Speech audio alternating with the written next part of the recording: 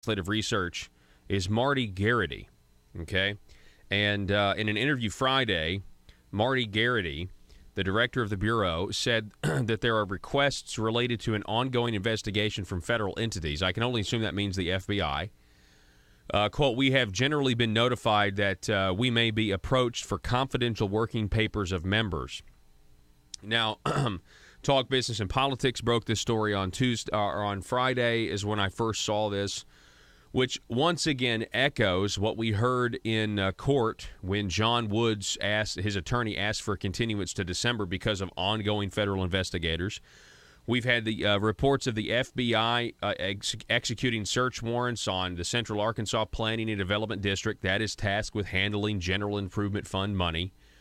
And now it looks like this FBI investigation, according to reports, is now spilled over, and they're trying to get the working papers, emails, and things like that between certain legislators and the Bureau of Legislative Research. Here now to join us, talking more about what all this means, is the former head of the Bureau of Legislative Research, Mr. David Ferguson joins us. David, welcome back to the program, sir.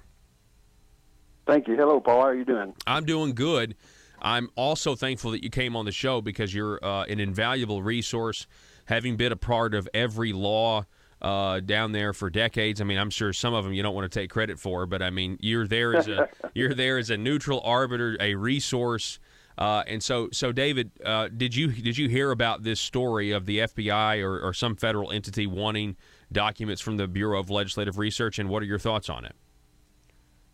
Well, I saw the article in the Arkansas Democrat Gazette and the Talk Business article too. First of all, I think the Bureau is doing just what they need to be doing.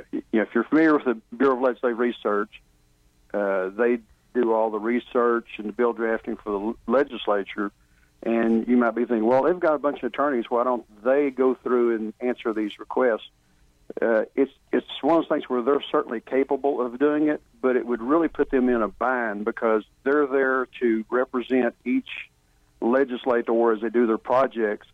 And if in one instance you release information, they're going to think, well, you're being unfair to me. If you don't release information, somebody will say, well, you're trying to protect somebody. So it just would put them in a bind. So getting an outside counsel, they can be mad at the outside counsel instead of the Bureau staff that's just trying to serve them. Yeah, and that is the initial that was the initial story. Talk Business and Politics, I think on Friday they said that, hey, this was just a routine thing where the Arkansas Legislative Council approves them asking to get an outside counsel to handle this. But, hey, that's an interesting take, okay? So you're saying this way none of the legislators that they're going to have to work with in the future, unless, I mean, who knows, maybe some of them go to jail, that they're not going to be mad at them. The outside counsel will decide. And of course, what do you know about the Freedom of Information Act concerning this and a criminal investigation? I mean, what if this is a criminal investigation? Well, first of all, there's two laws. One is a Freedom of Information Act exemption for the working papers of legislature, and then the legislature came back and had another law that FOI exemption for everything that the Bureau, House, and Senate legislative audit holds that's related to a bill drafting request or an information request, research request. And that was done so that to share more information with staff without worrying that it gets out. Now, Arkansas protects it. Some states, once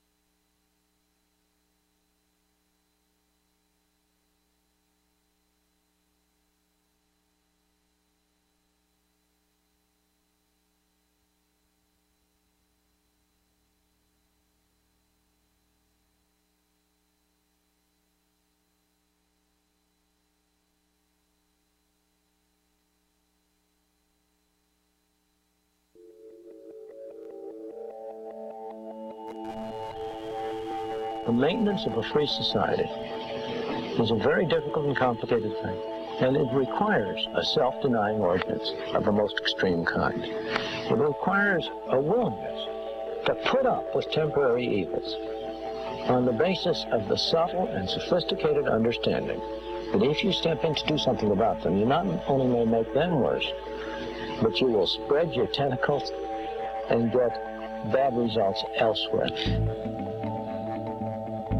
I think it's time we ask ourselves if we still know the freedoms that were intended for us by the Founding Fathers. We lose freedom here, there's no place to escape to. This is the last stand on earth. Whether we believe in our capacity for self-government or whether we abandon the American Revolution and confess that a little intellectual elite in a far distant capital can plan our lives for us better than we can plan them ourselves. You're listening to the Paul Harrell Program, brought to you by Conduit Media Group. Hey, folks, welcome to the program today. Thanks so much for being with us. My name is Paul, and you have found the intersection of conservative ideas and reality. We're better? We're still bad? Welcome. What are we now? Are we still cutting in and out? Yeah. Okay. Welcome to the program. Yeah. Thank you. All right. So, my apologies there. What happened was I got a little bit sidetracked today, and I have no from the live remote, so I've misplaced my headphones, but we're remedying that really quickly. All right, so welcome to the program. The telephone number, if you would like to call or text us today, is 870-275-9799. Again, the intersection of conservative ideas and reality, where we are building a liberty machine. We're glad that you're with us today. So we have some interesting developments today. Really, Arkansas is kind of in the national headlines because of Senator Tom Cotton. Senator Tom Cotton going out with President Donald Trump today at the White House, announcing his RAISE Act, a bill that he has been working on, trying to reform our immigration system. And I have to say, the reaction from the left is one of hilarity to me. The reaction of the left is one of, this is what happens when you advocate for, policies that are what I would say conservative. The left responds accordingly. I mean, we have somebody, by the way, this Julie on Twitter, and I've mentioned her like the last couple of weeks because she's been defending Governor Asa Hutchinson. She's been criticizing Tom Cotton and John Bozeman from the Obamacare side of things and defending Asa Hutchinson, and she's a really big liberal. And this is the tweet she rattles off. Show this to the listeners. This is ridiculous. Senator Tom Cotton rattling off KKK talking points in support of his racist legislation. So that's what the left says when you actually do things to try to secure the country, support the principle that we as the American people get to decide who comes here, that we that constitutionally we are able to set our own immigration policy, that we in this great country have constitutional rights, we have individual freedoms, but that's not necessarily, you can't just claim I have a right to come to America and I'm born in another country. There are people on the left that think that it's their right to come here if they're born in another country, and legally that is just simply not true. So what do? They resort to name-calling, and they make ridiculous statements. And I responded to her just moments ago. I just said, what a ridiculous tweet, talking about the KKK and stuff like that. Absolutely ridiculous. But here is the National Review's take on what Senator Cotton, Donald Trump, and Senator Perdue are doing here. We have Robert Verbergen over the National Review, reorienting the system around skills. Reorienting our immigration system around skills is long overdue. He writes, there are two major problems with our legal immigration system. One, it focuses too little on skills, and two, the part of it that does focus on skills is poorly designed. A new proposal would address both issues. It's an updated version of the RAISE Act, announced at the White House today by Republican Senators Tom Cotton and David Perdue. At the event, President Trump called it the most significant reform to our immigration system in half a century and promised billions and billions in taxpayer savings. One plausible estimate holds that just 6.5% of U.S. immigrants are given their green cards on the basis of economic merit. About 13% are admitted on the basis of employment more generally, but that system does not make particularly fine distinctions based on economic potential and bizarrely imposes a cap on each sending country. Why would it impose a cap on each sending country?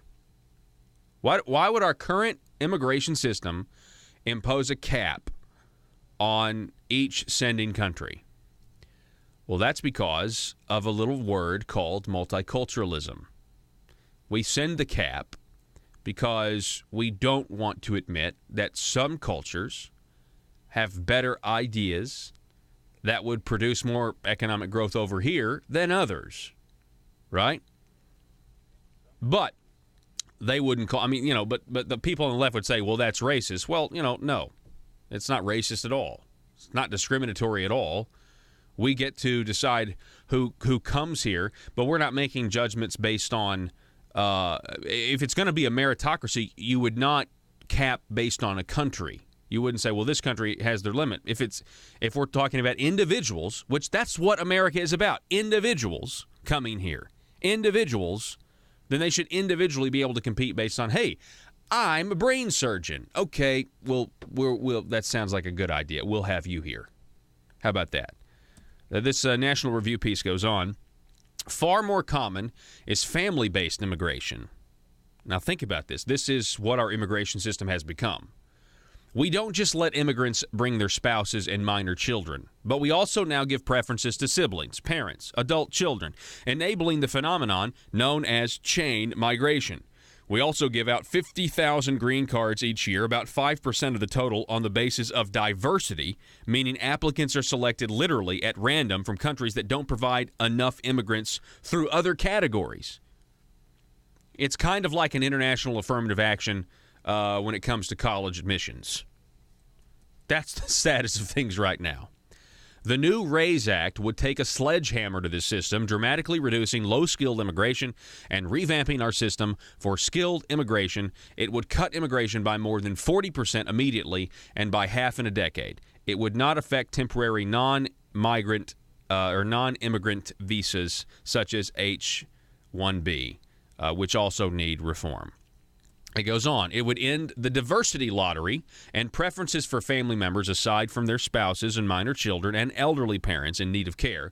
And it would put those seeking green cards on the basis of employment, 140,000 of which would be available annually, the same number as today, through a new point system similar to those used in other developed countries. That point system is a thing of beauty. Immigrants would be scored on a scale of 0 to 100, though in practice, it's more like a scale of 0 to 45. Someone with a perfect score would need a Nobel Prize, an Olympic medal. So a Nobel Prize is 25 points, an Olympic medal is 15, and $1.8 million invested in a business would be 12 points, for instance. More typically, potential immigrants would be scored based on the level of education, their English fluency, their age, with 10 points for those 26 to 30 and 0 points for those 50 and up, and the salary they've been offered with 13 points for compensation at least triple the median salary of the state where the job is located, and no points for an offer less than 50% above the median income. Now, why would that be? Because we don't want people immigrating here and not producing and going on welfare. What a bold conservative idea. Senator Tom Cotton, Senator Perdue, Donald Trump. This is a good idea. The piece goes on. Importantly, if an applicant wished to bring a spouse, the spouse's education, age, and language skills would count for 30% of the combined score. Those without at least 30 points would be ineligible, and ties would be broken by, in descending order, education, language, and age. Immigrants admitted through the point system would be ineligible for welfare benefits for 5 years. which is why you need to have those standards so you don't have Chuck Schumer showing up saying, how dare you? So if you already have the strict system that's going to say, well, what kind of income are you going to make when you get here? Do you have skills, that sort of thing. But then on top of that, just to make sure, you're ineligible for welfare benefits for 5 years. The updated RAISE Act is a terrific opening bid for immigration reform, but it's not perfect. The National Review piece goes on. You guys should read the rest of it because he critiques it after that. Robert Verbruggen over at National Review. So, what did Senator Tom Cotton have to say about this? Joe, go ahead and cue this up. Senator Tom Cotton from the White House earlier today said this. Thank you, Mr. President. I'm very excited to be here with Senator Perdue and President Trump to be introducing the new version of the RAISE Act. Our legal immigration system should accomplish two main goals. One, it should help American workers get a decent pay raise and have a higher standard of living. And two, it should help promote economic growth, make America more competitive in the world. Our current system simply doesn't do that. It's over a half century old. It is an obsolete disaster, and it's time for it to change. So first, we bring over 1 million immigrants into this country a year. That's like adding the population of Montana every single year, adding the population of Arkansas every 3 years. The vast majority of those immigrants come here not because of their English language abilities or their job skills or their job offer or their educational attainment. In fact, only one in 15 out of 1 million new immigrants come here because of their job skills and their ability to succeed in this economy. That means it puts great downward pressure on people who work with their hands and work on their feet. Now, for some people, they may think that that's a symbol of America's virtue and generosity. I think it's a symbol that we're not committed to working class Americans, and we need to change that. Second, we also lose out on the very best talent coming to our country, the most ultra high-skilled immigrants who can come here and bring their entrepreneurial spirit and their innovative capabilities and make a higher wage, create new jobs for other Americans and new immigrants, speak English, and contribute to our economy, and stand on their own 2 feet, and pay taxes, and not receive welfare, and not drive down wages. All right, let's stop for right working there. class Americans. Let's stop there. What an amazing statement. And not receive welfare. This is okay. I'm just going to point this out. That is what a Republican sounds like. That is what a Republican puts his name to when it comes to pieces of legislation. You shouldn't be coming here and then immediately, I wish Arkansas would have adopted a similar policy in terms of, the borders of our country versus the borders of Arkansas. But, we expanded a giant welfare program and everybody came into Arkansas and signed up. We had people in all 50 states that were on our Medicaid expansion program. Had somebody in New Jersey that bought a house for $750,000 was getting taxpayer-funded insurance. All I'm doing is I'm pointing out this is, and we've heard this from Senator Cotton before, by the way. His strong stance on fiscal issues, as well as, remember when he had the political spine to stand up and say, hey, you know what? The farm bill shouldn't be 80% food stamps. That's not much of a farm bill. And our food stamp system needs to be reformed. And I believe he voted against it because we had a food stamp problem here where we just got issues. We have a dependency problem. Senator Cotton has pointed that out before. In this, he's pointing at it again. He's pointing it out that we don't want people moving to this country and immediately not being productive and then taking taxpayer resources because it makes it harder on everybody. And there's nothing illegal about it. There's nothing racist about it. It's a good policy. But the left, they're going to continue to do this. I mean, his work on this bill is probably why you have the national groups targeting him with the town halls that he's held and everything else. I'm saying it's the strangest thing in the world. It's a complete waste. They're just trying to funnel. They're trying to, because see, the media is so on their side. Then the media will start advancing a false narrative that people in Arkansas are not happy with Senator Cotton. They've already tried to do this with Obamacare, and it's it's ridiculous. I mean, you look at the margin he wins by. You look at the support he has. You look at, but yet they're trying to. It's weird to me because they're wasting their breath. They're not actually trying to accomplish anything concrete. They're just trying to advance a perception. But that's just my opinion. Let's pick up back with his audio, if you don't mind, Joe. Tom Cotton earlier today from the White House. The RAISE Act will change all of that by reorienting our green card system towards people who can speak English, who have high degrees of educational attainment, who have a job offer that pays more than a typical job in their local economy, who are going to create a new business, or who are outstanding in their field around the world.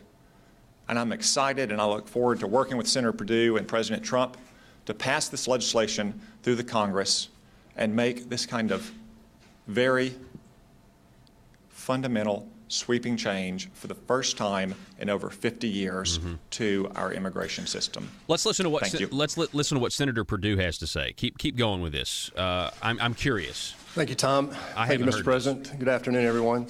First of all, Mr. President, I want to thank you for your leadership on this immigration topic. I think this is extremely critical for our country. You talked about it often on the campaign trail. You said job one was growing the economy. That's part of why I believe you're standing here and why I'm standing here. You've also said that it's, as a Fortune 500 CEO, I'm the only Fortune 500 CEO in Congress, and I've lived around the world much of my career. And I can tell you nothing that we're going to do right now is more important than this in terms of growing our economy. The reason we need to do this is very simple. Our current system does not work. It keeps America from being competitive, and it does not meet the needs of our economy today. Today, as Tom said, we bring in 1.1 million legal immigrants a year. Over 50% of our households of legal immigrants today participate in our social welfare system. Now, that's right insane. now, only 1 out of 15 immigrants that come into our country come in with skills that are employable. We've got to change that. As business guys, Mr. President, you and I understand we need a new approach. We need to fix this immigration system. So we took a look at best practices. We looked at countries like Canada, Australia, and others. What we're introducing today is modeled on the current Canadian and Australian systems. It's pro-worker, it's pro-growth. Racist. Those racist Canadians and those racist Both Australians. have been extremely Remember successful in attracting highly skilled workers to those countries. Took a side We in can the all Civil agree War. the goals of our nation's immigration system should be to protect the interests of working Americans, including immigrants, and to welcome talented individuals who come here legally and want to work and make a better life for themselves. Good stuff, man. Our current system makes it virtually impossible for them to do that. If we're going to continue as the innovator in the world and the leader economically, it's imperative that our immigration system focus on highly skilled permanent workers who can add value to our economy and ultimately achieve their own version of the American dream. All right, that's Senator Perdue. He's from Georgia. Again, Tom Cotton with Donald Trump earlier at the White House today on this RAISE Act. It's pretty good. Now, I'm going to do something because I know Republicans, Arkansas Republicans, they love to be friendly with each other. They like to try to, just kind of give each other the benefit of the doubt, at least publicly in the media. But I will say this. Tom Cotton saying that we don't want immigrants coming here and signing up on welfare. It shows it to me that Senator Tom Cotton wants free market growth. Now, you contrast that with the conundrum that Arkansas finds itself in with our state budget, with welfare, and our own state becoming the Medicaid magnet, becoming the Medicaid state. Might as well put it on our license plate. It seems that Governor Asa Hutchinson, what he is advocating for is continued dependency. And on that, I would urge all of you to vote in the upcoming Arkansas primaries next year. Back in a minute.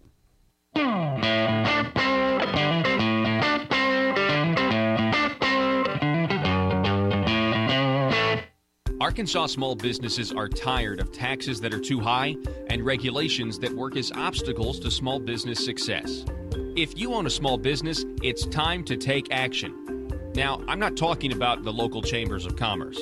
I'm talking about an organization that's actually run by small business owners and are fighting for small businesses right here in the state of Arkansas. They're called Conduit for Action, and they're on your side. Conduit for Action is here not to get something from the government, but to be left alone by the government. Think of them as your personal advocate for limited government at the Capitol in Little Rock. If you're tired of all the politicians talking with no results and ready for action, start outsourcing your government affair needs with Conduit for Action. Go now to conduitforaction.org and click on Contact Us on the right side of the page. That's conduitforaction.org and stand up for small business in Arkansas.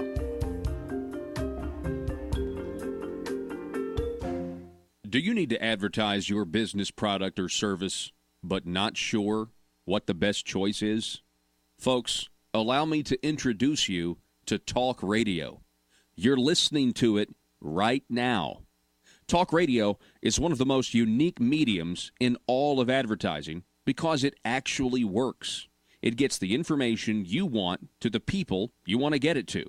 And by the way, those people are educated, well-informed decision makers of their household, and most of them have disposable income. If this is a target audience for your business, then you have to consider advertising on my show, The Paul Harrell Program. We have options for most any budget and can provide you with exciting opportunities to grow your business. We can put your message across the state, or we can help you locally. Call 870-275-9755 if you have any questions. That's 870-275-9755, or visit my website, paulharrell.com, and click on Advertise.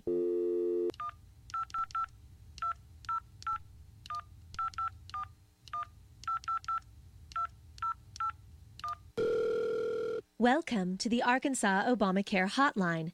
We would be more than happy to help you enroll in Arkansas Obamacare today. We just need a little information about you. Let's get started. If you're disabled, pregnant, or looking for medical care for your child, the program is currently full, and there's no doctors to see you. Please hang up now. If you're an able-bodied adult, please press 1. If you're currently employed, we're sorry, but you most likely do not qualify for the program. Please quit your job and call back later. If you don't work and instead play video games all day with your cats in your grandmother's basement, please press 1. If you've never lived in Arkansas, press 1. If you currently live in another state, press 1.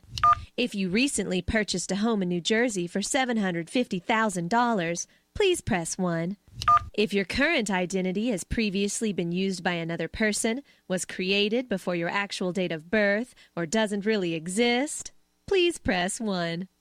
Congratulations! It sounds like you're the perfect candidate to receive Arkansas Obamacare. Please stay on the line, and a hardworking DHS employee will be with you as soon as possible. While you're waiting, feel free to relax as your ambitions to gainful employment fade away. PHP Parody. Yes. Here we go. The Paul Harrell Program. Yeah, so coming up against a hard break, you'll have to forgive me, but I want to remind everybody, hey, listen, just got off of a great event last night in Independence County in the great city of Batesville. A great Republican committee there, really, really good. Didn't see State Representative James Sturch there. That's interesting. But we have Josh Waters with us in studio. He decided to stay in Northeast Arkansas, so he's up here in Craighead County with me now, where we broadcast from. And I just want to tell you, the information that people are getting from Conduit for Action is second to none in this state. And if you haven't gone to conduitforaction.org yet, and sign up and subscribe to receive their new posts, you need to do it. The newest article out right now is actually really, really good. I mean, they're all good, but this is a pretty breaking news development story here. Quote, still no work requirement for Arkansas Works Obamacare in Arkansas. Governor Asa Hutchinson is seeking a work requirement waiver in his continuation of Obamacare in Arkansas through Arkansas Works. However, the waiver request that has been released still has no work, quote, requirement included. We'll have more on that next. Paul Harrell, weekdays from 4 to 6. Learn more at paulharrell.com. The bill is filed, all that information comes out. But there are also states that protect it. Let's see, what was the second part of that question? Well, a criminal investigation. I mean, what happens when... Oh, okay, yeah. Okay. Well, I think that once you have a criminal investigation, they're going to be able to come in and get it.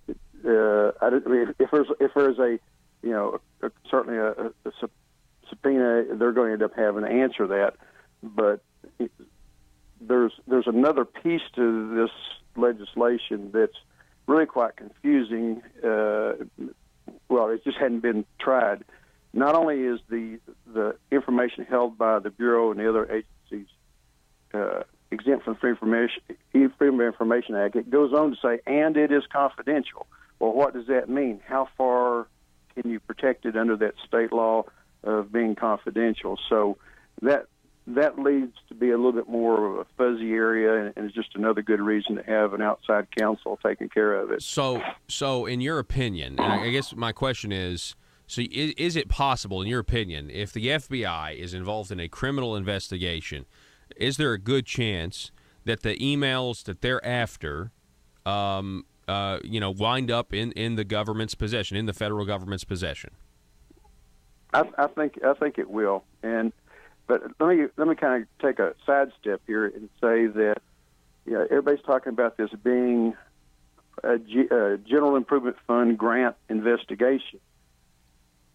The Bureau of Legislative Research is going to have none or almost no information about that, because they will prepare bills that says, here's how much money you transfer to this agency or entity, and then it's only after the legislature goes away that the legislator works individually with those agencies or entities to divvy out the money. So the Bureau really doesn't have anything to do with that. The only other thing I think that the FBI might want to find out is the Bureau maintains the email system for the legislators. Every one of them is at least offered an email account. Most of them use it, but they primarily use their own accounts, most of them, because they get so much email on these, they just don't even use them. But it's possible that they will be wanting to get into those email files of legislators. That could have so I mean that's huge news. I had noticed. So the Bureau of Legislative Research actually administers the emails of the legislators, and so if that's the case, this could be a much broader investigation than general improvement funds, because you just said they really wouldn't have anything to do with general improvement funds because they would just.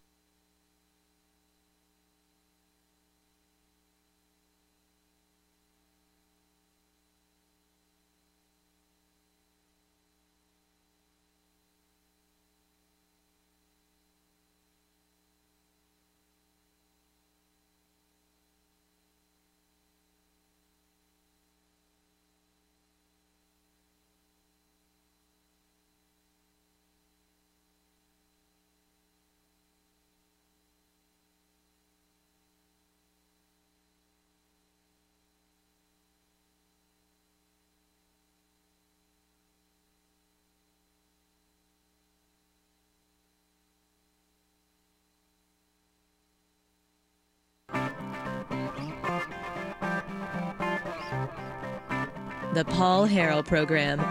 All right, ladies and gentlemen, we got a friendly face in studio. I want to welcome from Conduit for Action, Mr. Josh Waters is back with us. Josh, thanks for coming on, sir. Hey, Paul. It's good to be back in the studio with you. Yeah, it's always good to have you here. So how did the event last night go in Independence County? It went really well.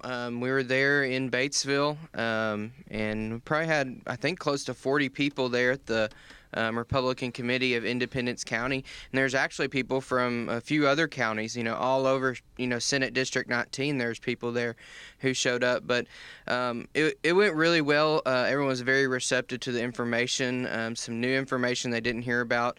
Some things that kind of went over well was, one, we talked about the Conduit for Commerce scorecard rankings. Okay. And we passed that out and so everyone could see the rankings of everyone throughout the state. And then something else we did, we handed out the actual vote sheets. And that's up at conduitforaction.org for everyone. But what we did is we cut out the state reps and the state senators who represent some part of Independence County.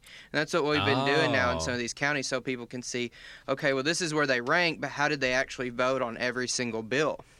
And so it seemed like people were very interested in that and had the handouts, and so they can take, home and read all 30 votes. And so that was well received. And something that was interesting that came up was when we were looking at it more closely, we could see, okay, well, these committee votes were also included, right? Yeah. And that was, a point of contention with some people, like Yeah, we it shouldn't was, include committee votes. Well, what we saw was there's people who voted one way on the same bill in committee and voted the other way on the same exact bill when it got to the House floor.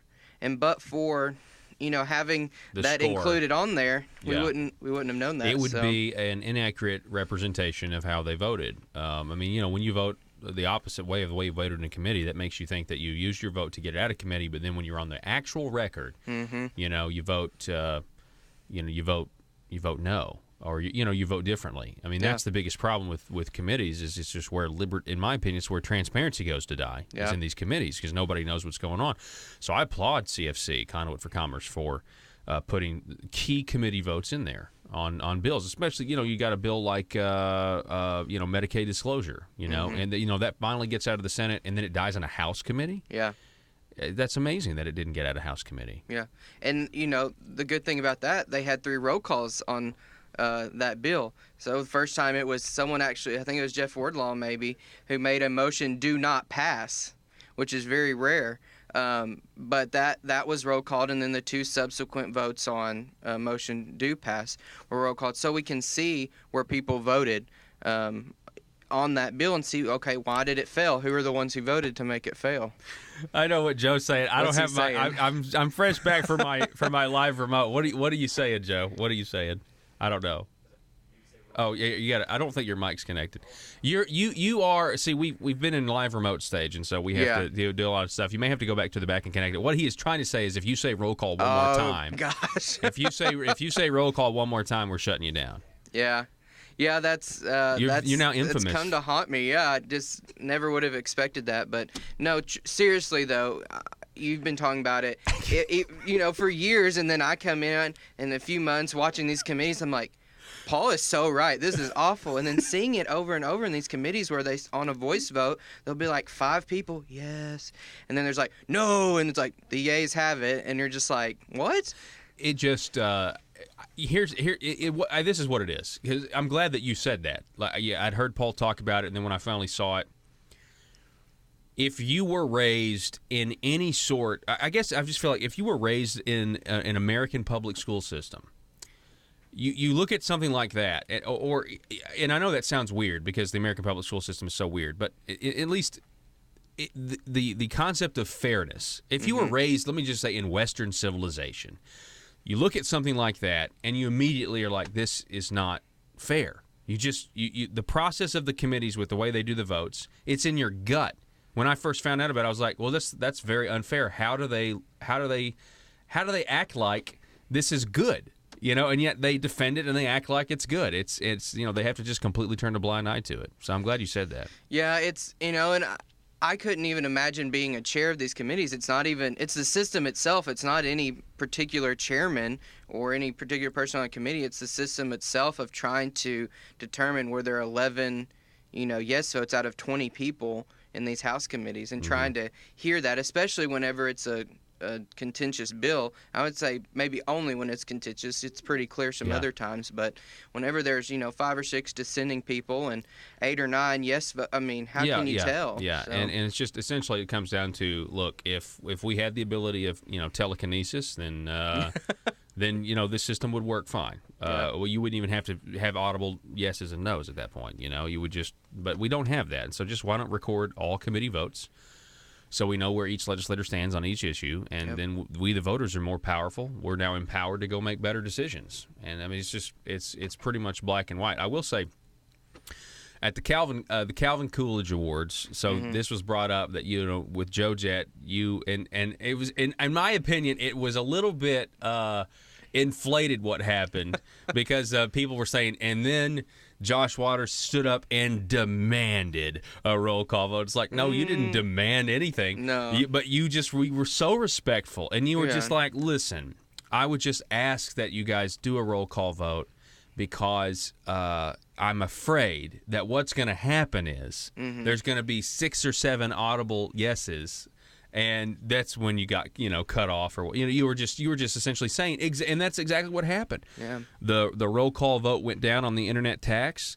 and it was passed out just on a voice vote. Then somebody made the motion. Democrats made the motion, I think, for the actual roll call. Yeah. And what happened was it only had like 10 votes, and so it failed. Exactly what you were warning them, and yet you just pointed out, it dropped a bomb. The entire system was really just exposed to being exactly what we're talking about right now. What, Joe? Nope. Okay. This is ridiculous. Okay. All right. So let me ask you about James Sturch. State Representative James Sturch did not show up at the Independence County Republican Committee, and James Sturch is a Republican, or at least in name only, and he is. Batesville is his district. Yeah, but he wasn't there last night. He wasn't. That's we talked some about the special election reform bill, and as you've talked about several times on here, we showed the video of where he walked out on that special election reform bill after he voted for it, and so people were wondering like, well, what does he have to say about this? And they're like, well, we can't get him. Someone's like, well, he won't come to the committees. And they're like, well, what we should do is like put it in the paper, like come to this committee and we want to hear your side of it, And I know you've reached out to him and tried to say, hey, what's your take on this? So he's just welcome to come to the program. I have already, I've already made up my mind completely on James Sturch. Okay. Look, and I can be wrong. I've been wrong before in my life. I'm going to be wrong again. But I've seen the video. He's welcome to come on. I guess he's welcome to come on the show and say, I had to use the bathroom really bad, and then I got outside, and then I realized that I didn't have to use the bathroom, and I came immediately back in for the next vote. He's ducking you, Paul. Yeah, probably. I'm glad your microphone's working. Me too. Okay. So, did you show the committee the video, the Conduit for Action video of James Sturch walking? Yeah, it was requested that some people had heard about it, and they're like, well, we saw it. We want the whole committee to kind of see this. So, we just pulled up the YouTube video. What was the reaction? What was the reaction there? Some people had seen it, some people had not, and so there was some audible like the moment it actually happened, because there's kind of this build up. It's about a 3.5-minute video, so whenever you actually see him walk out, that's when people are like, man. And so if he would have been there, he could have explained it. So I don't know. We'll see what happens. I was talking to somebody at the meeting who was down at the Faulkner County Tea Party right after the Conduit for Action James Sturch video came out. It's a great video. It's over at conduitforaction.org, where you see State Representative James Sturch, folks, literally look at his cell phone and walk out right after he had voted for a bill, and they're sounding the ballot, which is a procedure. Really, it's an opposition measure used to make sure that the people that voted for the bill are still in the room. Mm-hmm. And you have to be in your seat when your name's called. And James Sturch, they go alphabetical, and so Sturch is at the bottom of the list. So he's sitting there, and they realize that they're not going to get to 50 votes. Meaning, they had 52 votes, and they were at 51 because one person had already been struck because they weren't in their seat. So you get to the S's, and James Sturch walks out of the chamber, and so. This is a fascinating video, and when it first broke, Faulkner County Tea Party showed it at their meeting. And I had a story that was relayed to me that there were, in that room at the Faulkner County Tea Party, some women from the Pulaski County Republican Women's Organization. And the Pulaski County Republican Women Organization had just come from one of their meetings a few days ago where James Sturch was the speaker. And when they saw the video of what he had done, the way this was referred to me, they were absolutely appalled that James Sturch had misrepresented himself as a conservative to the Pulaski County. Now, first of all, James Sturch is a representative from Batesville in Independence County. Why he's speaking at Pulaski County Republican women's groups, I don't know. Maybe he's trying to raise money for his Senate campaign or something like that. But these two women what they do is they were so enlightened by this information, and this is how you know, folks, that knowledge is power, and what Conduit for Action is putting out there is power, and you guys have got to spread it. You guys got to tell people to listen to this program, tell a friend, buy our Liberty Machine T-shirts. You got to do everything you can to help us spread and build this Liberty Machine. These Republican women from the Pulaski County Republican Women's Group, they went back and they said, we are going back to the Republican County Women's Group in Pulaski County, and we are going to tell them, we are going to show them this video, and we're going to show them the contrast in who this man represented himself to be versus what he actually did, and we have the proof. And this happens not just with James Sturch. This happens so many times when you look into the video that's online that many people don't even know is online. We do the best we can to try to capture it and put it on YouTube where it's an easier shareable format. But I thought that was so encouraging, and then the people at Independence County last night certainly recognizing the merit behind the information that we're getting out. Yeah, something else kind of going on that was I had a dinner afterwards with the former state legislator and some other folks, and I asked him, I was like, well, did that ever happen? Is that pretty rare to sound the ballot because it doesn't come up that much? And he said, we had it a couple times, and he's like, but we've never had someone just get up and walk out, kind of explicitly like that. He knows people are, out of the chamber or have gone to the bathroom, but to get up right before your name leave and then come back for the next bill. And he walked out pretty calmly. I mean, he walked out at a brisk pace, but it was very calm. It wasn't like, oh my gosh, I got to go to the bathroom. I'm sorry, I just think that's a different walk? I think that's well, it could be, depending on, it could be a sprint or it could be very slow, very careful. So is it going to be the Sturch walk is what happens now when you want to the Sturch lurch. The Sturch lurch. Oh, no. That's what I'm saying. I'm calling it. He had the Sturch lurch out of the chamber. Glossary term right there. There you go. We can use that. That's now a Paul Harrell program glossary term. Joe, please make a note. The Sturch lurch. And what it will be is it will just be a blanket term where somebody leaves a room for a legislative sleight of hand purpose. You have to be walking or running to do it. There you go. I don't know. Eventually somebody else is going to do this. Yeah. Oh, okay, Joe. Say what you said, Joe. What did you just say? That's interesting. It's the walk when you come back in the chamber, not when you're leaving. The lurch back in. The lurch back in where you've now thwarted the will of the people. Yeah, and they don't know about it. And you're like, is the coast clear? Yeah, it's clear. Is the vote over? Okay, here we go. You run out, and then as soon as you run out, you kind of crack the door open and peek your head in through the side and go like, is it over yet? Yeah, the Sturch lurch. Yes. Okay, we've coined a new term. There you go. I like that a whole lot. Well, Josh, what else is kind of on the horizon? I mean, what are you seeing out in the political horizon? I mean, I know we have. There are primaries coming up, next year, and that's where you have Republican on Republican violence. This is all the figure of speech, obviously. But what do you see coming up? I guess a couple things. One, I'm very interested to see in the governor's race who the Democrats are going to have run. I think that's going to tell a lot because Ace is announced. And then Mark West, the Libertarian. And so I think it's going to be very interesting to see who they decide to run. Are they, a sitting senator or state rep, someone kind of high up? Are they going to come out and go all in and try to win? Or are they just going to run, kind of put someone up who really has no chance just so they can maintain ballot access? So I think that's going to be interesting because I think if they just kind of sacrificial lamb candidate kind of person, then who's it going to be? Is it going to be Keith Ingram from West Memphis? I don't know. He'd be a good just placeholder. I mean, that's all the Democrats are. The Democrats know that they have a small chance of bringing this thing back towards them, and it's very, very minuscule chance.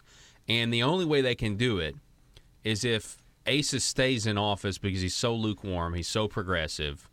And they have the ability to avoid people finding out, so they're going to need to split the vote because if the entire Republican Party, and I understand down at the state party convention, there was the way it was described to me was And were you down there? Were you at the state party? You were. I was Okay. not. It was just described to me as, by several people, it's just kind of a shift in the winds. Meaning you could tell that there was a lot of people who, and at the Reagan Day dinner, where Judge Jeanine Pirro was there. I mean, I hear Judge Jeanine Pirro, and she's, speaking boldly. She's doing everything that Asa doesn't, because he doesn't know how to. He's not a real conservative, in my opinion. And yet, you could just tell by accounts that were given to me, people are just starting to kind of be like, you know what, Asa, the scale has more bad than good on it now. You know what I mean? The negativity of your administration and what you're not doing is really now outweighing any spin, anything. It's really getting hard to spin for this governor if you're a Republican, I think. So, and you've got but I don't know. It probably could be a placeholder like Keith Ingram. And because I think what we may see is if it's, just someone running as a placeholder, well, then they don't really think they can win, and so Democrats will just vote for Asa so they can, be with the winner mentality. Yeah. Whereas if it's a really strong Democrat candidate, I think what we will see is a lot of, more conservatives not vote for Asa, maybe vote for Mark West or just sit out that I totally spot. I think there will be, Mark West says there's been some people in the GOP that have reached out to him and said, we're going to vote for you. If it is just Mark West, if it ends up just being Mark West and Asa 101, I think there's a possibility for a historic election. Yeah. I really do, because the Libertarian National Party might be subplaning into Little Rock. You're exactly right. I mean, it's a minuscule chance. It's a larger chance than the Democrats. I tell you this, if it's just Asa and Mark, there's a larger chance. It's a large chance than the Democrats have to actually ever take back control of the legislature. You know what I mean? Yeah, I mean, 76. It's certainly 76 Republicans right now. That's going to take a while. Yeah, but I guess I could see that if the Democrats get in, maybe it splits the vote, because you never know. You might have Democrats that are like, well, I'm going to vote for the Libertarian because I don't want to vote for a Republican because of Donald Trump. You never know. Yeah. So yeah, a lot of speculation. Yeah, I think that's going to be interesting. And then what the primaries that actually come out. So when filing actually happens, people have to put the paycheck down, because I think we will see. And it's kind of talking about last night, Independence County, they had a sheet of all the Republicans who were running, and there's like hardly any Democrats. So what I'm kind of worried about, people have speculated on this, but I think we might actually see it a lot more in 2018. No one's going to run as a Democrat anymore, hardly. Because they don't think they can win a general. And so everyone's just going to jump into a Republican primary regardless if they're conservative or not. And so then all these Democrats are going to show up for their friends who are also Democrats running in a Republican primary. So it seems kind of conspiracy theory out there. Yeah, but that's a real possibility.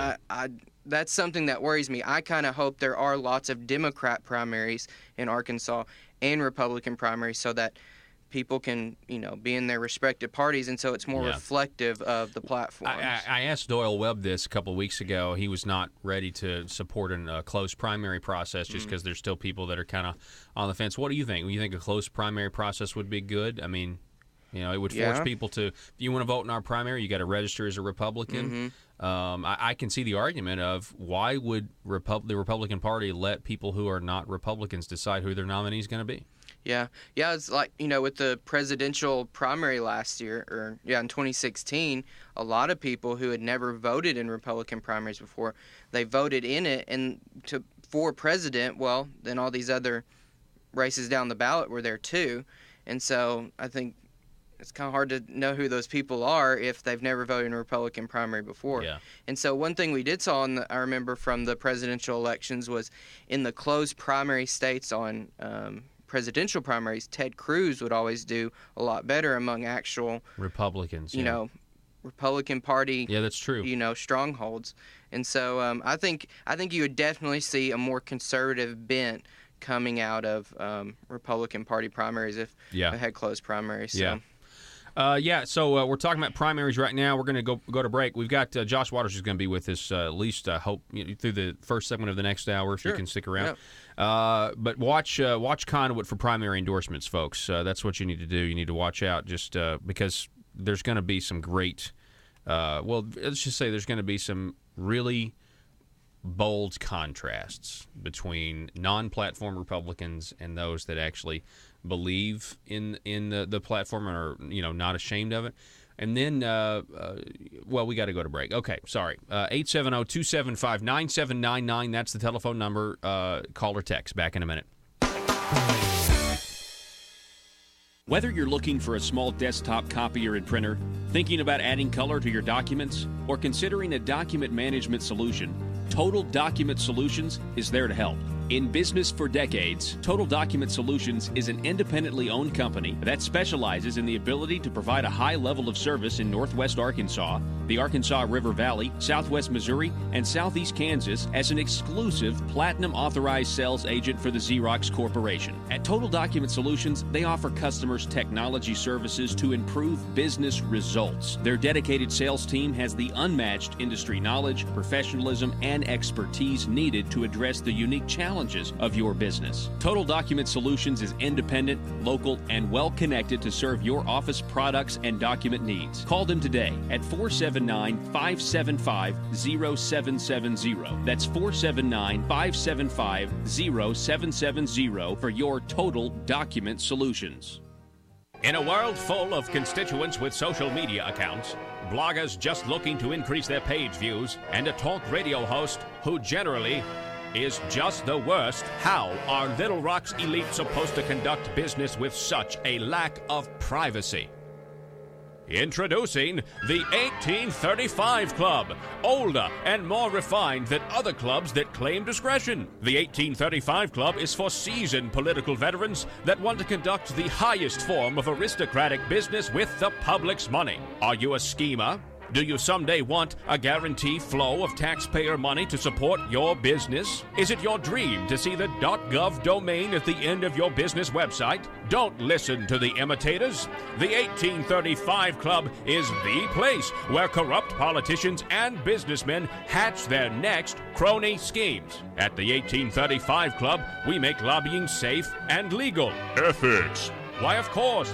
All business is done in an ethical manner. Just look for the sign above the door that reads, loophole. Are you tired of the Capitol Police restricting your access to the roof after a perfectly good night of drinking? The 1835 Club has libations and a perfectly good roof. Other crony clubs that promise discretion try to lure you in by advertising bars made out of aeroplanes. Well, at the 1835 Club, instead of an airplane fuselage, we've got a space shuttle. No, not a bar. We've got an actual space shuttle that makes a daily run to the moon so members of the 1835 Club can have some real privacy away from the bloggers and taxpayers. Are you an Arkansas aristocrat?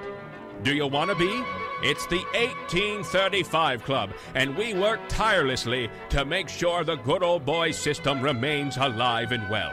Join today. Disclaimer. The 1835 Club reserves the right to deny membership to anyone who has principles. Any talk of the Declaration of Independence or the Constitution must be done in jest or, at the very least, with a condescending tone. And finally, the 1835 Club will be given a 25% commission of any agreements made between politicians and the business community. PHP Parody. All right, we're back, ladies and gentlemen. The phone number again, we haven't given it out much this hour, 870-275-9799. We have an entirely new hour coming your way next. And I want to thank, once again, second week in a row, our new affiliate, KFPW, out of Fort Smith, the Marshall, for carrying the Paul Harrell program. I'm enjoying the response that I'm getting from listeners in the Fort Smith area, in Crawford counties, in Sebastian counties. And really do appreciate it. And I know some of our show is already in Franklin County as well, but now you guys kind of have, people are getting more options on this every day. And want to remind you guys that our Liberty Machine t-shirts, paulharrell.com, click on store. Shipping is free. And because we have a physical presence in Arkansas, we will have to pay sales tax. Back in just a moment.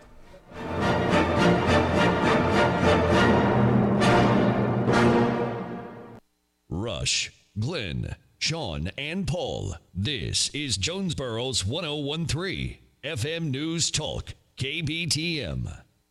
Paul Harrell, weekdays from 4 to 6. Learn more at paulharrell.com. just help, write the bill, and that's it. After that, that's up to the wink and a nod and the economic development, community centers or whatever. So that's huge news, David. Well, now that doesn't necessarily mean that the FBI isn't just covering their bases, trying to end an investigation and saying, well, we need to just cover our bases, find anything that might help us with the timeline, and just ask for these files. And there's possibility that, say, a certain entity or a person was responsible for some funny money in a GIF. Well, did that legislator have other relationships with that person, and can we find anything else on that? So it could be GIF related, just as they're just trying to close out their books. But at this point, the FBI should know that staff would not have much of anything to do with it. Now, there's the other possibility, and we've seen this before, where you have an investigation of state legislators, and the investigation breeds some more investigations. And, so it could be about other bills or other research projects, timelines. Did somebody get involved in an employment or a contract before or after something happened?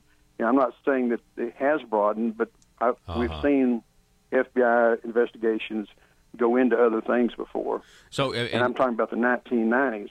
Okay. Yeah, can you elaborate on that? I mean, David Ferguson, ladies and gentlemen, former head of Bureau of Legislative Research. You were there for 30-plus years. Can you? What specifically are you referring to in the 90s?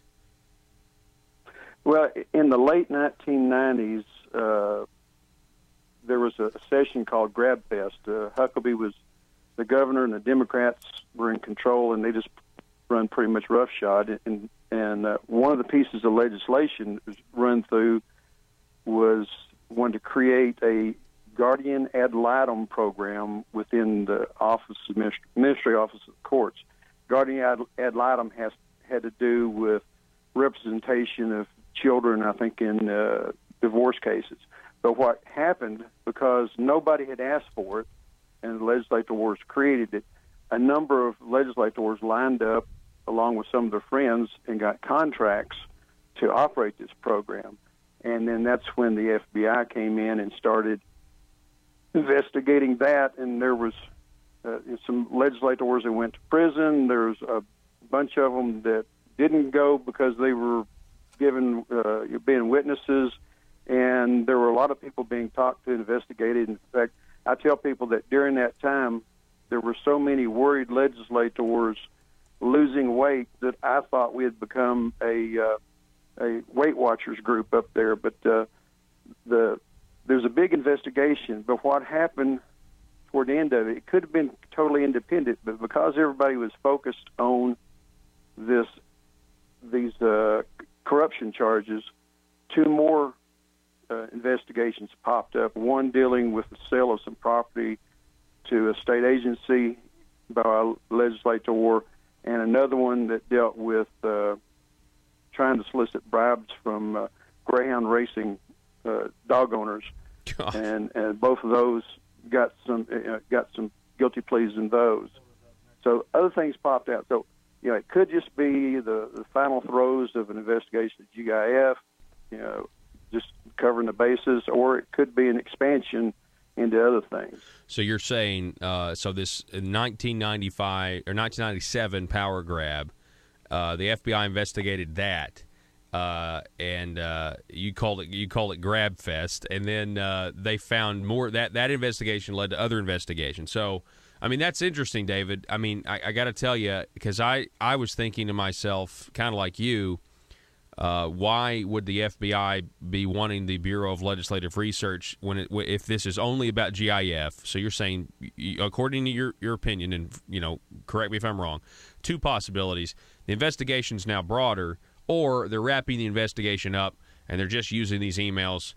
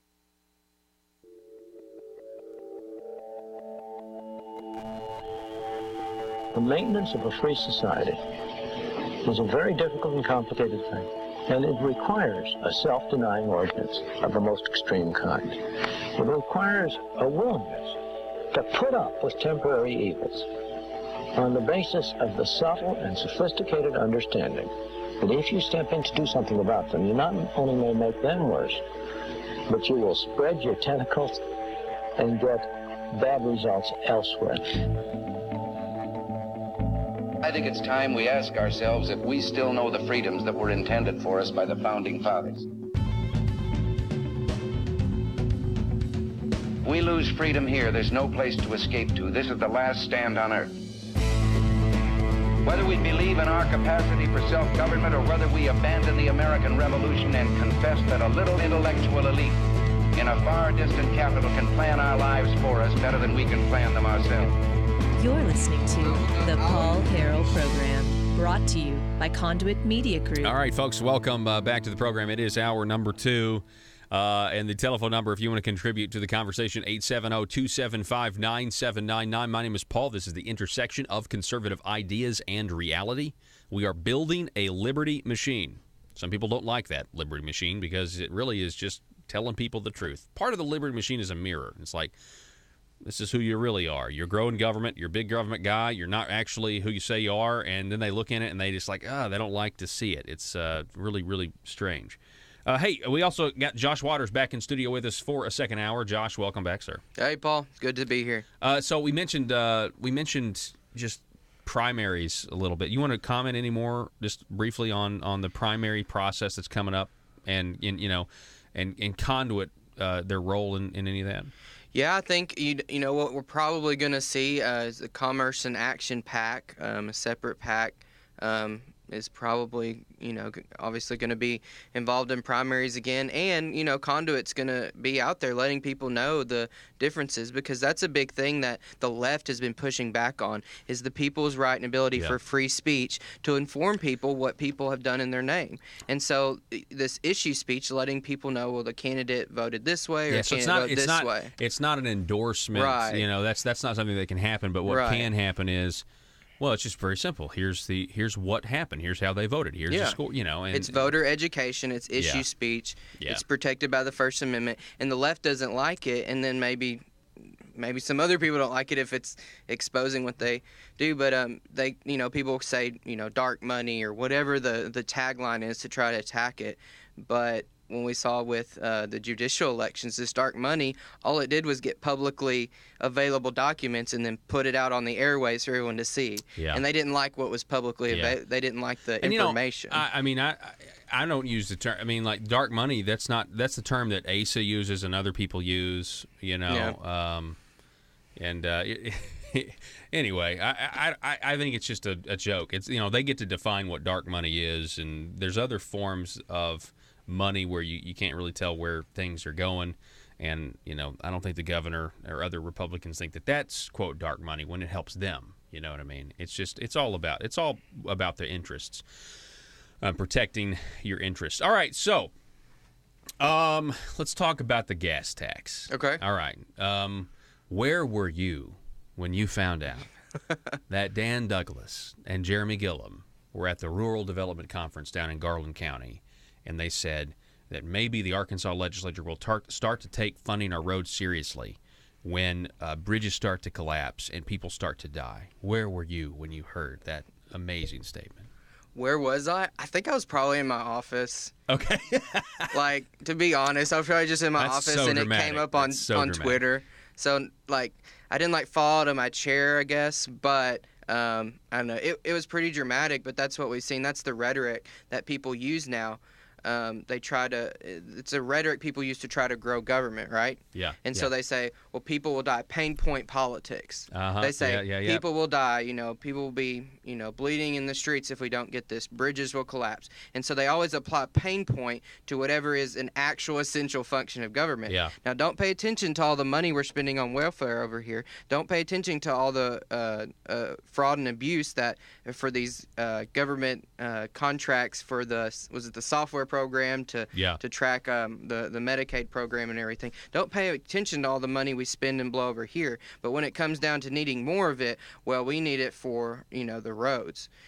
Well, I think what they should do is prioritize kind of a consumption-based idea, which most, I think, conservatives are on board with. And so when we have new car sales, used car sales, road use fees, road use taxes, those kind of things, direct that money into the roads. And then another thing, Paul, when I was thinking about looking back, so they had a highway funding plan in 2016. It was great. I thought, okay, the governor came out, kudos for him at the time. This is a plan and we're not raising taxes. They found a way to do it. Well, what that was, it was tied to the surplus each year. So what we know, didn't have a surplus. Right. So just a few million this year. So what we've seen is because of Arkansas's spending problem, we now don't have the money that would have maybe been there in years past to fund the highways. Wow. If you just not put the $70 million back in. Yeah, and that a lot of that was going to Medicaid expansion. I think $43 million of the $60 that he put back in was going into that.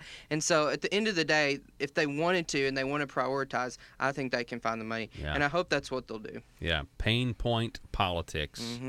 Number 4 from on a list that we talked about last week on the techniques that government uses to grow, the matching principle, false proof, disguise what they're trying to do, pain point politics, economic development, and projection and deflection.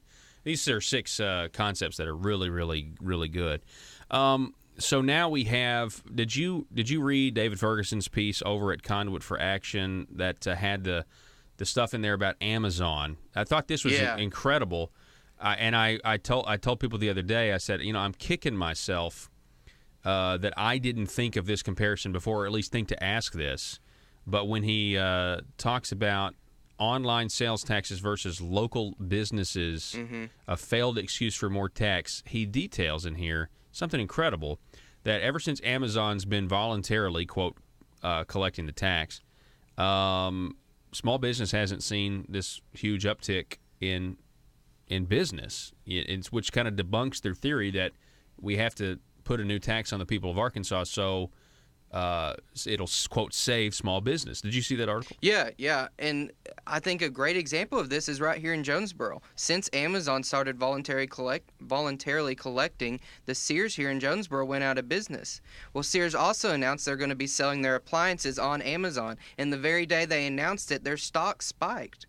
And that's just, I think, a fundamental shift we're seeing in how people buy things. Free market. That's exactly right. The free market has innovated past the point that the government is needed in a transaction. There's no infrastructure services that are provided to get there. You've talked about this a lot. And so I think David's exactly right. And if anything, he talks about how it's going to hurt small business if they have this. And I agree with that. So I think he knocked it out of the park there. And that's what we're seeing, though. It's, one of these carefully crafted language ideas of how to grow government. Well, we'll use something. We'll try to make people believe, well, you need this or you want this, because most people, I think, deep down, well, they want their small businesses to succeed, right? Everyone wants that. That's a good thing. It's good for a community. They want the people sponsoring the T-ball team, that kind of a thing. But that's what they're using and saying, well, this is going to help them. But it's not. It's not going to. I'm still going to, when I'm on the couch making a purchase on Amazon or wherever, I'm still going to make that purchase. I'm not going to get in my car and drive down the road necessarily if I can find it at a better price point. That's just the free market working. And so that's what's being used, but that's not what's going to be effect. The net effect, as you've covered many times, is government will have more money. We're going to have less. And I think people are not on board with that anymore. They've seen the fraud, waste, and abuse of our tax dollars year after year after year, and they're not willing to give anymore. They want people and our leaders to start prioritizing it better. We also have another article up at conduitforaction.org. This is a good one. We kind of teased this the other day. Still no work requirement for Arkansas Works. I guess we teased it last hour. Obamacare in Arkansas. So this is a commentary here. It's really good. I had no idea. I mean, we've talked about some of the exemptions, but I mean, this piece straight up says, and Josh, feel free to add to this, the waiver request for work requirements that Asa Hutchinson is asking the Trump administration for, that has been released, that we can read for ourselves, quote, still has no work requirement included. Yeah. Can you address that a little bit? Yeah, and that's, during the special session, that's when this idea came out where we're going to seek, the waiver request from the federal government to implement what they coined as a work requirement. Well, at the time, I remember Senator Brian King like, well, what's this work requirement going to be? And they're like, well, they'll come up with it later. You got to pass the bill to find out what's in it. That's exactly right, too. And so for the last few months, it's, we're going to have a work requirement. We're going to have a work requirement. We're going to have a work requirement. Well, okay. Let's look at what it actually says. And when we look at what it actually says, it's really just a work option. It's one of many options. And like you said, and you've covered on here, there's so many exemptions built in that half or more of the people who are on the Obamacare Medicaid expansion program, Arkansas Works, they're going to be completely exempt from any type of work option. But then after that, I think there's 6 or 7 things in there they can search for a job, however many hours a month they can look at that. Some other options are going to workforce training. They can participate through the Arkansas Department of Workforce Services. They can take a class. This was a good one. They can take a class on health insurance using the health system or healthy living up to 20 hours a year, and that'll count towards this combination. You combine all of those. Hang on a second. Take a class on health insurance gets you out of having to go to work to get to, or at least 20 hours per year you can use towards the credit. Taking a class on health insurance. Yeah. I wonder if Blue Cross and Blue Shield is going to offer that class. And get paid for it by the government. I'm sure they will. I'm sure it's going to cost, that is the most ridiculous thing I've ever heard. Take a class on health insurance, using the health system or healthy living, or what does that mean? Or healthy. So if you take a class on healthy living, like a nutrition class, you get out of a work requirement. This is nuts. That's the dumbest thing I've ever heard. I honestly say that. You guys in leadership, that's the dumbest thing I have ever heard. And to be fair, it's part of, so they'd have to do other things in conjunction with it, but they can 20 hours a year can go towards this option, and so they have to have 80 hours a month between these 6 or 7 options, one of which can be work. But if you finagle it right, and I think some people just might, there's a way that they can continue to get without any work whatsoever. And so that's what's we tried to, I think the Conduit Fraction tried to do there was say, okay, well, let's look into what this actual work requirement is. Maybe it's better than what we have, sure, but is it truly a work requirement? And so when we look at the actual waiver that was sent off, you're not really required to do anything. Right. There's a lot of loopholes. Right. Do we have an answer to the question of, so you have to be not doing these things for 3 months in order to get kicked off? See, that's what I still don't know the answer to, is how they're going to, I know they're going to spend $2.5 to $3 million tracking compliance with all these requirements, these monthly requirements. How many bureaucrats is that going to take to keep up with the requirements? I don't know. They say 2.5 to 3 million. I'm sure that'll escalate at some point. But you mean dollars? Yes. Yes. All right. For the website, I guess people will log on and say. So you still don't know. So we still don't know when you actually get kicked off the program for not working or not doing any of these things, not volunteering, not looking for a job up to 40 hours a month, that sort of thing. I don't know. I think they've addressed that. I feel like I've read that. I need to go back and look without saying definitively anything. But I don't have it in. The number in my head is they have 3 months to not do these things month after. So you don't do it for 1 month, you don't do it for second month. After the third month, you're kicked off. So my question is, okay, you have 3 months. Well, if you go 2 months without doing any of these things, and then you go 1 month doing them, do you get to keep it? And then can you not do those? You know what I mean? Can you not do it? And really, the kicker is going to be, do we have people? I mean, a year from now, or a year after this thing gets approved, I want to see a list of the people that have been kicked off for not working. And I don't think that list is going to be very impressive. Yeah. That's just my prediction. I think there will be some people. I mean, every time we've seen other things like this, these kind of requirements, one, I think they've been a little stronger on some other welfare programs because these exemptions kind of swallow the role. Listen, if your work requirement for food stamps, well, you can go to work to get your food stamps, or you can take a class on how to feed yourself. I mean, you guys are just. I mean, I'm sorry. I don't know what else to say. It's an embarrassment. I mean, it really is. Yeah. Well, and that's unfortunately that's what we see is when it actually comes to the details. When you read subsection E, line 2 of a bill or of this waiver request, and you actually get into the details and put it out there, we find these kind of loopholes sometimes. So I think we will see people go off of it just because some people just will not comply. They will not report or do what they're supposed to do whatsoever. Mm-hmm. So I think we will see some people go off the program because of that, which will be a good thing. But I think if we're really going to say, well, this is a work requirement, and I think you've said it on your show before, if there's a true work requirement, they wouldn't even qualify. If they were actually working full-time, you make too much money. Yeah, you wouldn't. And that's what pokes a hole in this whole thing. The welfare cliff is still there. You're still playing with somebody like, oh, I work 30 hours this week. I'll work 29 next week, so I get to keep my free health insurance. Mm-hmm. I mean, that's the danger of this. Let's see here. I've got a few text messages here. This was sent just now. We have Robert in Pope County. He's listening on a great affiliate, KARV, 101.3 FM out of Russellville. Paul, we should always have close primaries because otherwise the left has too much control over who the Republican nominee is. Makes it difficult to put a true conservative in office. Robert, we appreciate your text message. That's a good response. I think I certainly would agree with that at this point. I think a close primary would be a good thing to have, especially for the statewide.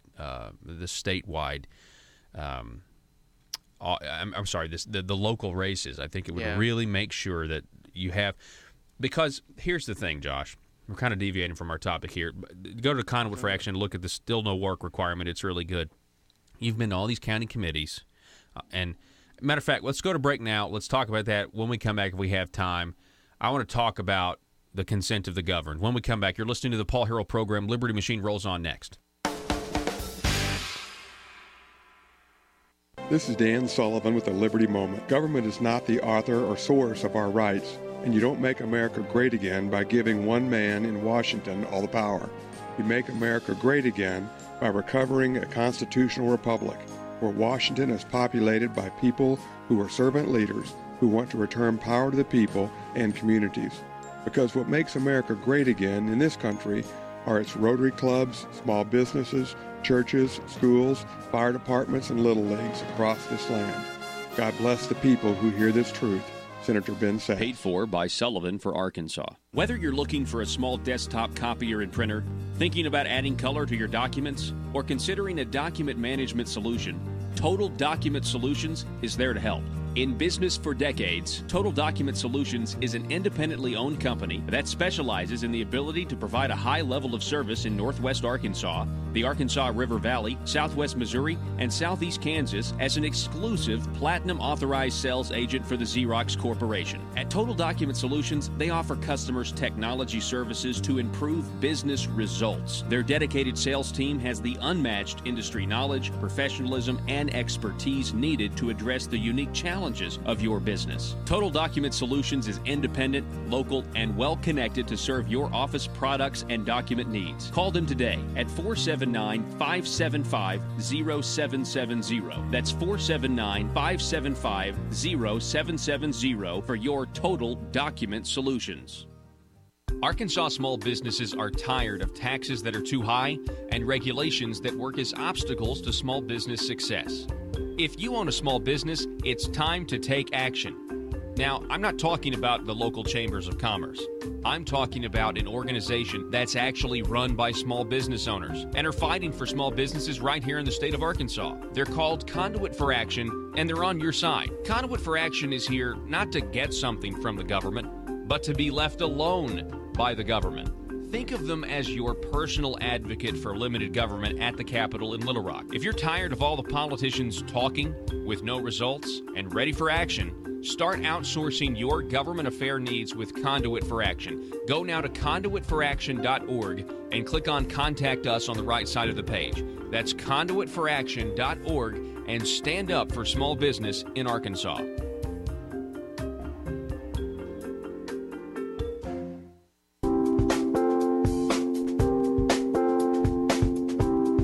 He puts the Paul in politics. The Paul Harrell Program, brought to you by Conduit Media Group. All right, we're joined now by Mr. Josh Waters once again from, he's an attorney, political strategies, client is Conduit for Action. So you're doing, I mean, you always do a great job.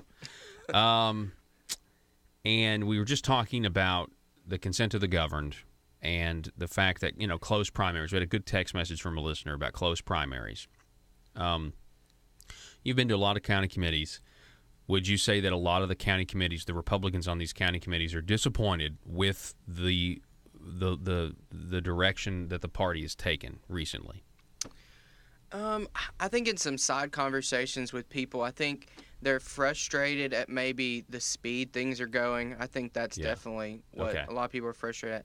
Because what about the attempted tax increases and the successful ones? Yeah, that's what they're upset about, the speed of some of the reforms they were wanting, and then also kind of this idea, well, we're still having to spend so much time and effort pushing back on these huge tax increases. Right. But also knowing people have talking about, well, they've been in these committees for, decades, back when no one wanted to be a Republican. And now that they have these majorities and kind of seeing the lukewarm results, they're getting frustrated. And that's how people are in elections. Things change quickly. If we had closed primaries, do you think that some of these county committees would be less frustrated with the results that we have right now? Yeah, I think there's I mean, it's possible. Yeah, I think at least then the argument could be made, well, the actual, the strong Republicans, actual registered Republicans who are voting, they're the ones making the decision, rather than right now we don't really know, because you don't really have to file a party. And in fact, I think you have to overtly decide which party, if you want to do one, rather than them ask you. Also, real quick, last question: the rule change. We had a pretty good rule change, or a resolution, I guess, from the state party. What did you think of that? I thought it was common sense. I mean, you're talking about the for the committee selections, the House of Representatives.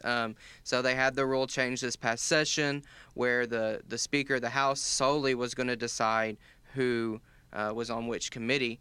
And so I think it was common sense for the Republican Party to say, well, one, they want to make sure that the majority party has a majority of the committee. Okay. Like they do in D.C., and that all the chairmen are Republicans, and that was in the resolution. So common that sense. Total common sense. But here it is. It's a shot across the bow. It goes directly against the Republican Speaker of the House and his leadership, is what the state party did. It's a big deal. We haven't really talked about it much, but I'm telling you, there's people that say there was kind of a wind change, nothing drastic, but you could just tell people they're just kind of.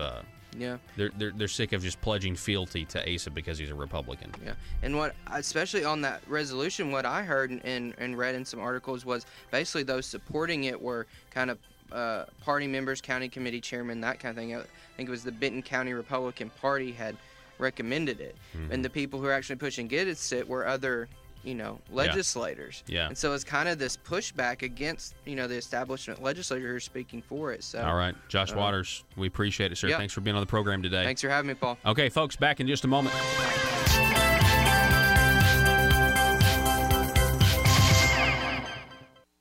Paul Harrell, weekdays from 4 to 6. Learn more at paulharrell.com. To try to get a solid timeline of what happened. Yeah, they could. And, of course, here's another wrinkle. They may have solved this since I left, but the Records Retention Act for the state government doesn't apply, at least when I was there, it did not apply to the legislature. and I wasn't able to get anybody interested in a retention policy. So basically, you could have one staff person that just kept their email box emptied out every day, and some would keep it for 2 or 3, 4 years without ever looking at it. So what exists and don't exist, I don't know that they would necessarily have a complete list. But last question. So can you just elaborate just real quick on how the Bureau is in charge of the individual legislators' emails? I mean, does that mean the server is in the BLR's office? I mean, what can you tell us about that? Yeah. Well, again, they could have. I left in 2012, and they could have changed it or given more authority to the House or Senate since then. Okay. So there could be changes, but it's on the server. It was at least on the server of the Bureau of Legislative Research, and it was even kept away from what is the computer services of the whole state, the DIS or no, I can't think. But anyway, it was off of the main government thing, only on the legislative system. So the Bureau of Legislative Research maintains those accounts, sets up the accounts. If they say, hey, I've got trouble with my email, the Bureau that goes in and takes care of it. They all are issued a government computer. Well, I think some of them decided not to have them, but pretty much everybody has a government computer. Something goes wrong with that, they come in to take care of that. So they provide computer services to the legislators. Okay, and that's valuable information. And like I said, I mean, I don't know. That would mean that it would got a lot more broad, and that would be why the BLR is now involved. It's the Bureau of Legislative Research, ladies and gentlemen, versus the Federal Bureau of Investigation. I don't think. I mean, I know who I would take in a fight. David Ferguson, my friend. I appreciate your service to our state. I appreciate you coming on the program. You're a wealth of knowledge, and you've certainly enlightened us here today. Okay. All right. Have a good day. Okay. Be safe, folks. We're going to take a break. The Liberty Machine. Great information. The Liberty Machine rolls on. Back in a minute.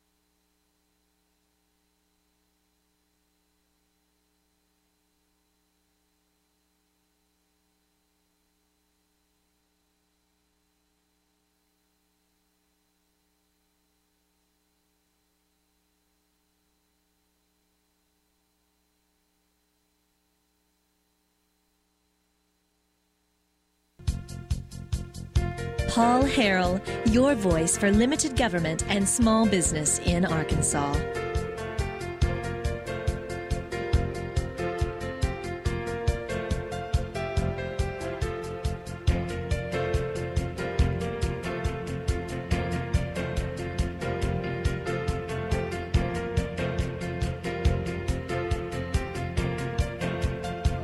All right, welcome back. We'll see you later, Josh. Thank you so much for being on the program. Oh, man, it's been a fun show today. The telephone number to call us or text is 870-275-9799. That's 870-275-9799. So I've got a little we're doing a little investigation right now, and I want to especially thank Patriots of Act 746 and their Facebook group. They are really we're really trying to do the best we can here. Trying to track down some information about the Arkansas Game and Fish. Okay? Now, the reason we're doing this is because I'm trying to nail down what exactly the Game and Fish is requiring. I will tell you what it looks like right now, and that is, and this is not necessarily new news. the way things are right now, if you want to hunt on WMAs or wildlife management areas here in Arkansas, you have to give up your Fourth Amendment right. Completely surrender it. And this is a direct response to a lawsuit. Yeah. Fourth Amendment right. Your ability to be secure and from illegal searches and seizures. You have to have probable cause in order to get searched. Thank you, Joe. Some people, maybe they don't know what the Fourth Amendment is. All right, so this all started back in 2014 when the Arkansas Supreme Court, they ruled, this was back in December 17th, 2014, essentially that the Arkansas Game and Fish, according to court precedent, ladies and gentlemen, is just like any other law enforcement organization. Let me say that again. According to court precedent, the Arkansas Game and Fish is just like any other law enforcement officer. They have to have probable cause to get you to do something they want you to do, okay?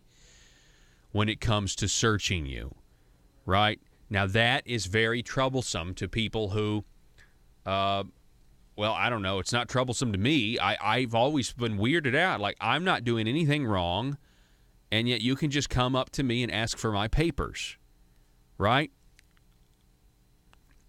I mean, the principle here, for example, I was sitting at my house this morning drinking coffee, and I noticed there was a couple of honeybees. And the honeybees, I have a fountain right by this window, so you can hear running water. It's really nice. And I noticed that these honeybees were drinking out of my fountain without a permit. Can you believe it? Can you believe that honeybees pollinate flowers without a permit? It's ridiculous, you know? I mean, they're existing, and that's the way I feel. Naturally, that's the way I feel about my existence on this earth. And I just believe that the creatures that God created belong to man. They don't belong to kings. They don't belong to the Arkansas Game and Fish. There's an assumed ownership that is offensive to me at a cellular level, okay? And that's where I stand on this. The Arkansas court system, it gave a serious blow to the Arkansas Game and Fish. That was in 2014. Fast forward. Joe, go ahead and scroll down and pull this photo up that I want pulled up. Now you have to have something called a general use permit if you hunt on wildlife management areas. You have to have this thing in addition to your hunting license. Okay? Here's a section of the license. Wildlife Management Area General Use Permit Terms. In consideration for receiving permission to enter upon and use wildlife management areas, I agree that at all times while hunting, fishing, trapping, or boating on a WMA, I will, 1, have this permit in my immediate possession and show it to the Arkansas Game and Fish and other authorized law enforcement officers upon their request. 2, submit to their inspection of all wildlife I have taken and my hunting and fishing licenses, permits, stamps, tags, tackle, devices, and equipment. And 3, comply with all Arkansas Game and Fish regulations and posted notices applicable to my use of this WMA. So this happened in 2015. At least I think it happened in 2015. That's why we're doing this research, trying to get you accurate information on this. Now, there's a lot of hunters. I know deer season's coming up. I know corn feeders are going out soon. On private land, I know they've pretty much banned them on public land, right? Is that right? Anyway, so here's the thing. This is essentially their response to the court system. What do? Well, we'll just require them to have another permit, and we'll require them to sign away their Fourth Amendment rights to really become a serf. If you want to hunt, boat, fish on a wildlife management area, you having to now get this general use permit, and this is old news, but it is essentially you are saying, I'm a slave, I have no rights, I'm just a number, the government can violate my constitutional rights. It is wildly offensive to me, and I just wanted you to know the truth. And there's a lot of people that are going to be really mad at me for bringing this up. But here's the new news, if you will, on this, what appears to be kind of an old story. because we're talking about something that happened in 2014. Then they made, like the government always does, they always try to insulate their power. They never want to. Let me tell you something. Just like the IRS being abolished would result in the biggest transfer of liberty from an authority back to the people since the American Revolution, I put the Arkansas Game and Fish in that same category. Now, I am not saying that there is no need for a conservation effort. I'm not saying that at all. But you are lying to yourself if you think that the authority that the Arkansas Game and Fish has is reasonable, in my opinion. I think it's an unreasonable authority. And this this general use permit, from what I understand it, there is nothing like it. I could be wrong here, but according to my sources, there's nobody else in the United States that's doing this except us, where you're agreeing to this kind of stuff. The new news is that, and we're trying to confirm this, and I don't have this confirmed yet, but the new 2017-2018 hunting regulations that the Arkansas Game and Fish comes out with may in fact now include, instead of wildlife management areas, it now may be expanded to United States Department of Agriculture lands, which is essentially, or USDA, so essentially just more land. To extend this to more, you have to have. Now, this permit is free. Just so you know, the general use permit, it is a free permit. And the reason it's a free permit is because they didn't want a revolt on their hands. They're just making it the requirement so that they still have the authority to come and shake you down. And that's what it is. It's a shakedown. I never will forget coming back from the deer woods and coming on a very well traveled road, and you just looked around. It was opening weekend of deer season. Everybody was coming home because it was Sunday night, and everybody was going to go back to work Monday, and so it was gun season. Did I say gun season or deer season? It was opening gun season, and so everybody's coming home, and the Game and Fish, they set up a roadblock. They set up a checkpoint, and they're making you and they're just going through people's cars. These people have done nothing wrong. They're just on a road that's just well traveled right now, and it's a road where people are using to come down out of the hills. That's, well, you don't need to know anymore, as far as I'm concerned.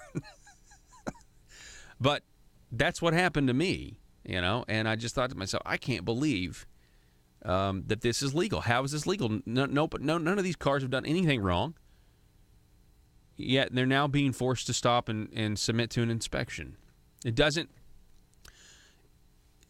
You cannot claim that you are a proponent of the Fourth Amendment right and think that that's okay. Those two are incompatible. Just like Sharia law and the United States Constitution are incompatible. I think Game and Fish roadblocks are you are violating people's rights, and I just want to stand up for people's rights. I want to stand up for individual rights. I love law enforcement. Notice I said that the court opinion back in 2014 that essentially it negated, and we can get into more specifics about that court opinion later, but it negated their authority as is now, and it told them, you guys are just like any other law enforcement agency. If you want to do something to somebody, you got to have probable cause. You know how they say if you get pulled over, they say, well, we want to search your car. Well, you can say no. You can refuse it. They have to have probable cause. Now, sometimes, they're like, okay, we'll go get the dogs. We'll go get a drug dog, and they'll sniff your car, and then if the dog signals, then, we got a signal, and then they search your car. The point is, and some people say, well, they can make the dogs give false signals. Whatever. We hope that the law enforcement officers are honest. Not all of them are, because nobody's perfect, right? But at least there's a step, right? At least they have to radio in. At least there is a limit on their power and what they can do to you. The Arkansas Game and Fish should be like any other law enforcement officer in the state of Arkansas. And right now, they should be acting that way, but then they try to do things to insulate their power. And here's the thing, just like Act 746, just like many people don't know that we're a constitutional carry state, there are many people that don't know right now about pickle versus the Arkansas Game and Fish of 2014 and what that did to their authority. And you know, if you tried to cite it, I guarantee you'd make a lot of people mad. Anyway, that's just my opinion there. So, send me a text message, give me a phone call, let me know. I just want you to know we are following this story. We're going to do the very best we can in trying to, the very best we can in trying to give you the accurate information that we can on this. But it is crystal clear at this point to me that this general use permit that came out right after the pickle case was designed to go around the court's decision, which I bet the court is not very happy about if they even know about it. But that's just, my opinion. All right, so moving on. At the first hour, top of the first hour, we told you about Senator Tom Cotton, and we told you about immigration reform. The RAISE Act. It's go listen to the first hour. It's fantastic, but the left is they're freaking out about it. Go to the beginning of the video. It's the beginning of the video. So we have with us here, this is Trump's advisor, Stephen Miller, fielding questions. He's the senior White House advisor. He's now fielding questions about the RAISE Act that Senator Tom Cotton and Donald Trump and Senator David Perdue of Georgia announced today. This is a great common sense. It's immigration reform. It's trying to get people who come here that basically people who come here should have skills. People who come here should have merit. They shouldn't immediately go on welfare, okay, because it makes it hard on everybody. Listen to what Stephen Miller and CNN's John Acosta got into this battle. The left is freaking out. They're calling this a racist bill. People on Twitter are accusing, somebody on Twitter said something about Tom Cotton and the KKK and his racist bill. They are freaking out. This is what happens when real conservatives actually do conservative things and propose conservative ideas. The left reacts the way they only know how, and that's to call names and make outrageous accusations and ignore the substance of what we're trying to do here. Listen to this audio, Stephen Miller and CNN. And I will give, yes. What you're proposing here, what the president's proposing here, does not sound like it's in keeping with American tradition when it comes to immigration. The Statue of Liberty says, give me you're tired, you're poor, you're huddled masses, yearning to breathe free. It doesn't say anything about speaking English or being able to be a computer programmer. Aren't you trying to change what it means to be an immigrant coming into this country? If you're telling them you have to speak English, can't people learn how to speak English when they get here? Well, first of all, right now it's a requirement that to be naturalized you have to speak English. So the notion that speaking English wouldn't be a part of our immigration systems would be actually very ahistorical. Secondly, I don't want to get off into a whole thing about history here, but the Statue of Liberty is a symbol of liberty enlightening the world. It's a symbol of American liberty lighting the world. The poem that you're referring to that was added later is not actually part of the original Statue of Liberty, but more fundamentally, the history. More fundamentally, you're saying the that history. That does not represent. I'm saying that. I'm saying that the notion. I'm saying the notion that the. I'm saying the notion. Stephen, I'm sorry. No, Jim. Let me ask you a question. That sounds like some national park revisionism. No, what I'm asking you is the Statue of Liberty has always been let me ask you a question. Of hope to the world. Jim, for people to send. Do you believe people to this country? Jim, and they're not always going to speak English, Stephen. Jim, they're not do you always believe going to be highly skilled? They're not always going to be. Jim, I appreciate your speech. Jim, I appreciate your speech. So let's talk about this. It was a modest. Jim, let's talk about this. In 1970, when we let in 300,000 people a year, was that violating or not violating the Statue of Liberty law of the land? In the 1990s, when it was 500,000 a year, was it violating or not violating the Statue of Liberty law of the land? When it was 700,000 a year. No, tell me what years. Tell me what years. Tell me what years meet. Tell me what years meet Jim Acosta's definition of the Statue of Liberty poem "Law of the Land." So you're saying 1 million a year is the Statue of Liberty number. 900,000 violates it. 800,000 violates it. You're sort of bringing a press one for English philosophy here to immigration. Actually, he changed the subject. He doesn't answer the question. Then he goes to the language. Your statement is also shockingly ahistorical in another respect, too, which is if you look at the history of immigration, it's actually ebbed and flowed. We've had periods of very large waves, followed by periods of less immigration and more immigration. And during we've had a period of immigration right now. The president wants to build a wall. You want to bring about a sweeping anything changed? Surely, Jim, you don't actually think that a wall affects green card policy. You couldn't possibly believe that, do you? Actually, the notion that you actually think immigration is at a historic law, the foreign-born population in the United States today, Jim, Staff on Monday talking about how border crossings. Do you really? I want to be serious, Jim. Do you really at CNN not know the difference between green card policy and illegal immigration? Sir, you really don't know that? Cuban immigrant. He came to this country in 1962, right before the Cuban Missile Crisis, and obtained a green card. Yes, people who immigrate to this country can eventually. People who immigrate to this country not through Ellis Island, Jim, as a factual question, ways do obtain a green card at some point. They do it through a lot of hard work, and yes, they may learn English as a second language later on in life. But this whole notion of, well, they could learn, they have to learn English before they get to the United States. Are we just going to bring in people from Great Britain and Australia?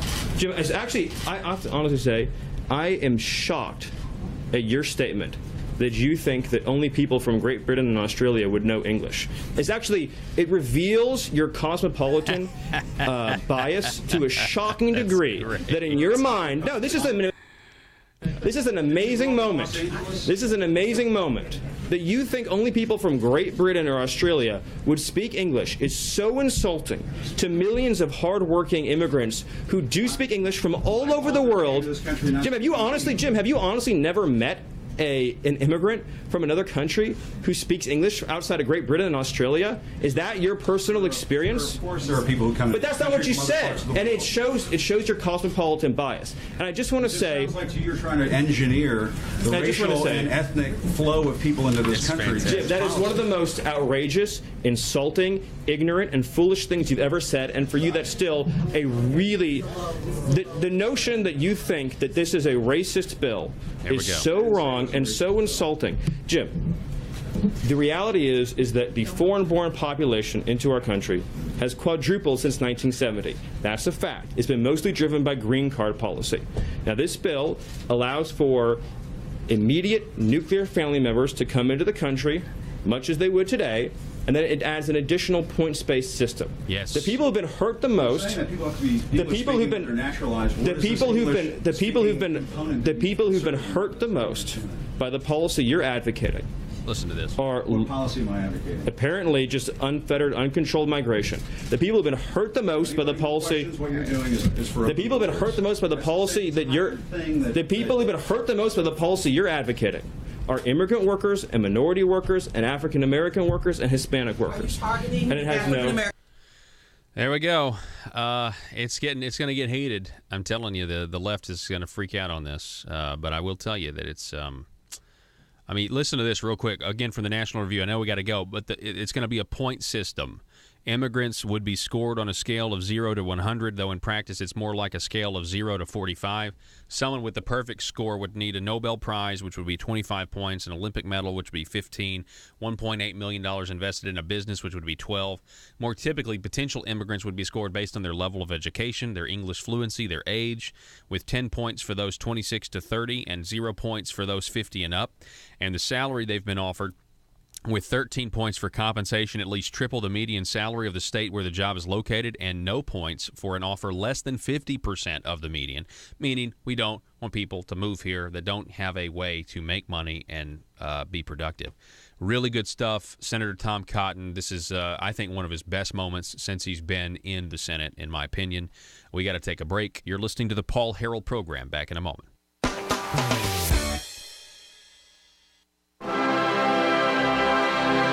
This is Mother Government. I come to the people of Arkansas with an important announcement. In disloyal circles, some are questioning the scope and size of government, and telling the people government programs should not waste the labors of the people under the guise of taking care of them. This is a thought I must correct. People of Arkansas, you should not believe everything you hear unless it comes from a government source. Let me, Mother Government, set the record straight. You know you can trust me. After all, would your own mother lie to you? You should know the brand new, terrific program known as Arkansas Works has nothing to do with the old, bad program known as the Obamacare private option. Arkansas Works is good. People who say otherwise are bad.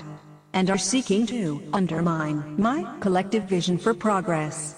If these groups continue in their criticism, then you should question their party loyalty. Tell them to quit focusing on this single issue. And then remind them Mother Government says the future of Arkansas depends on this single issue. In my next address, I will discuss the need to prepare your fellow citizens for the next round of revenue gathering that will be needed to continue funding my motherly goals. This message was brought to you by our partner, Aristocrats, serving Arkansas. Thank you for listening, and remember, from cradle to grave. PHP Parody. This is Mother Government. My people, the promised revenue gathering to fund my motherly goals, such as the Arkansas Works Obamacare private option, has commenced. I have asked my representatives and senators to execute my will concerning new revenues from the tires you use to drive on my roads, the candy and sodas you consume and purchase in my stores, and the digital products you download on my internet. Your sacrifices and tributes, which are owed, display a measure of obedience, but there are still collectible sacrifices I require from the people to increase the work and size of our great government of Arkansas. There are two matters left unresolved. 1. I require a general tribute for all purchases made on my internet. Not just digital products, but all products. My dear children, there are those who would thwart my motherly goals of progress. If you see them, please combat their misguided notions of freedom by using phrases like mom and pop, and tax cheat. 2. I still require more revenue sacrifices concerning your consumption of my gasoline. I require your undying loyalty on the subject. Subjects, in conclusion. More revenue is good. Static revenue is bad. This message was brought to you by your stewards, Aristocrats, serving Arkansas. Thank you, my children, in advance for your required and expected obedience that keeps society safe and prosperous. And always remember, from cradle to grave. PHP Parody.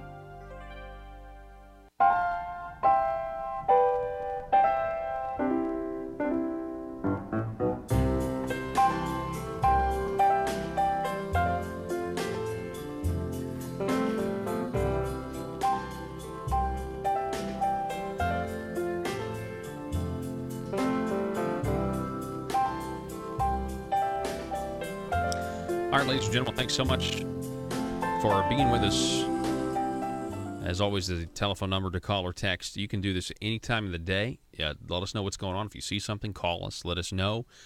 You can leave a voicemail. Sometimes we put those voicemails on the air. 870-275-9799. That's 870-275-9799. Ryan of Lamar, Johnson County. Let's go to the country of Japan and expect them to teach us their language. Interesting. I like that, Ryan. Britain is part of Europe. Other portions of Europe have other languages.